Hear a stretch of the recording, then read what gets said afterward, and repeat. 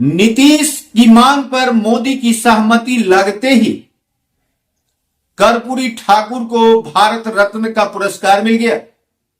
भारत रत्न के पुरस्कार की घोषणा के साथ ही बिहार की राजनीतिक सरगर्मी अवश्य तेज हो गई।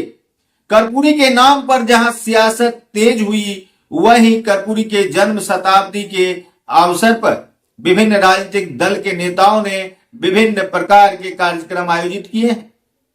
जननायक कर्पूरी ठाकुर की जन्मस्थली समस्तीपुर के पितौंझिया, वर्तमान में कर्पूरी ग्राम में भी कार्यक्रम आयोजित है।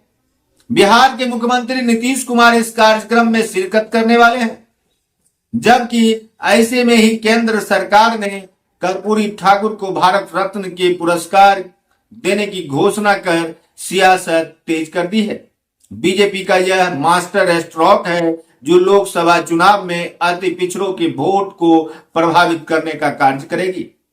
लोगों का मानना है कि बीजेपी ने ऐसे समय में कर्पूरी ठाकुर को भारत रत्न देने की घोषणा की है जब लोकसभा चुनाव 2024 सन्निकट है।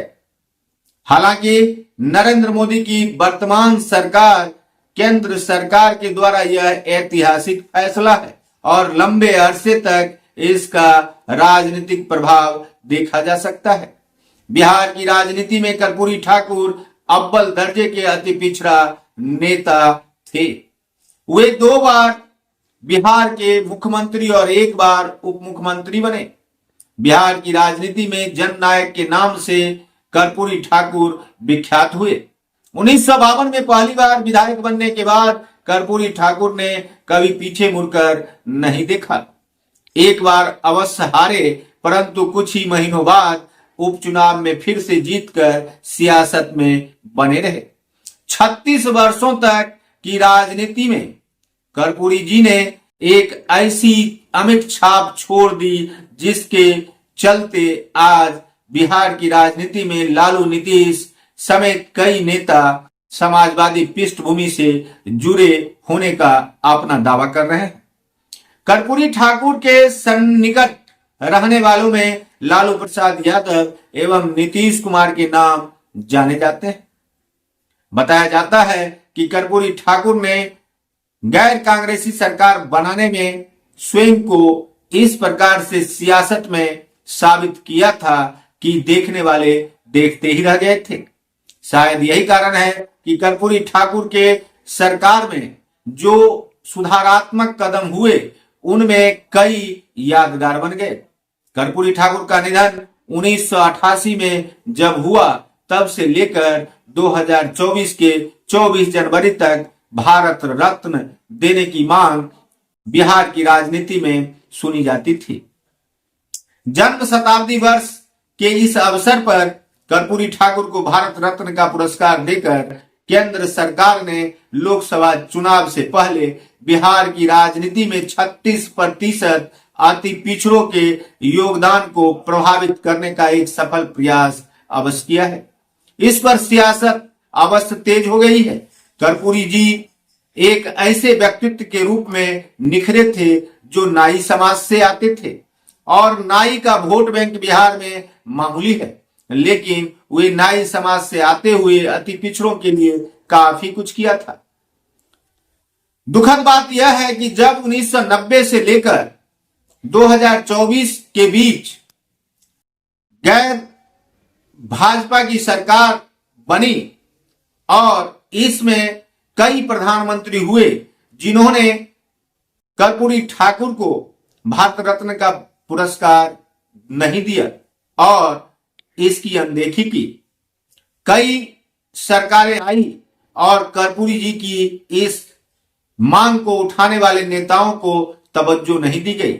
ऐसे नेताओं में आप बीपी सिंह का नाम ले सकते हैं। ऐसे नेताओं में आप इंद्र कुमार गुजराल, एचडी देवगौड़ा जैसे प्रधानमंत्री का नाम ले सकते हैं, जिनके कार्यकाल में भी कर्पूरी ठाकुर को भारत रत्न दिया जा सकता था, लेकिन भारत रत्न की उठती मांग पर मुहर केंद्र की मौजूदा भाजपा सरकार के प्रधानमंत्री नरेंद्र मोदी ने लगाकर यह बात साबित करने का प्रयास किया है कि सही मायने में सबका साथ, सबका विकास की बात करने वाली बीजेपी ने अति पिछड़ों के सर्वमान्य नेता कर्पूरी ठाकुर को भारत रत्न दिया है। भारत रत्न का पुरस्कार देकर कर्पूरी के बहाने अति पिछड़ों के वोट बैंक पर अपना साम्राज्य कायम करने की सोच रखने वाली बीजेपी ने यह दाव अवश्य खेला है, लेकिन इस दाव की काट में नीतीश समेत विभिन्न विपक्षी दल के नेताओं ने यह भी जोर देना शुरू कर दिया है कि वे लंबे अरसे से इसकी मांग कर रहे थे। शायद इन्हीं मांगों की वजह से जन्म शताब्दी के अवसर पर कर्पूरी जी को भारत रत्न मिला है। कर्पूरी ठाकुर को भारत रत्न के बाद जो सियासत बिहार में चल रही है, वह सियासत किस करवट मोड़ लेगी यह कह पाना मुश्किल है, लेकिन बीजेपी का लगातार वोट बैंक को प्रभावित करने का जो कार्य चल रहा है वह काबिले तारीफ भी कही जा सकती है।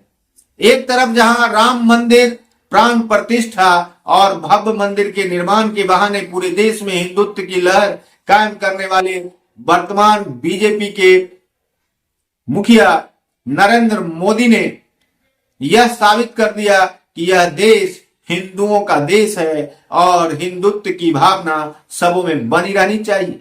वहीं बिहार की राजनीति में नीतीश कुमार के बढ़ते कद को छोटा करने के लिए कर्पूरी ठाकुर को भारत रत्न का पुरस्कार देकर यह भी साबित कर दिया कि बिहार की राजनीति में भी सचमुच अति पिछड़ों के मसीहा के रूप में नरेंद्र मोदी ही है।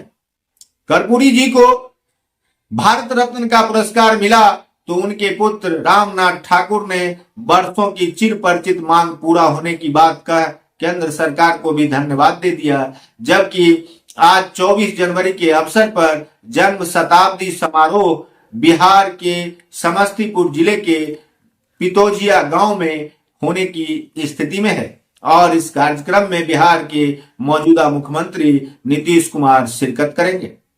रामनाथ ठाकुर वर्तमान में राज्यसभा सांसद हैं और वे जदयू के राष्ट्रीय उपाध्यक्ष भी बनाए गए हैं।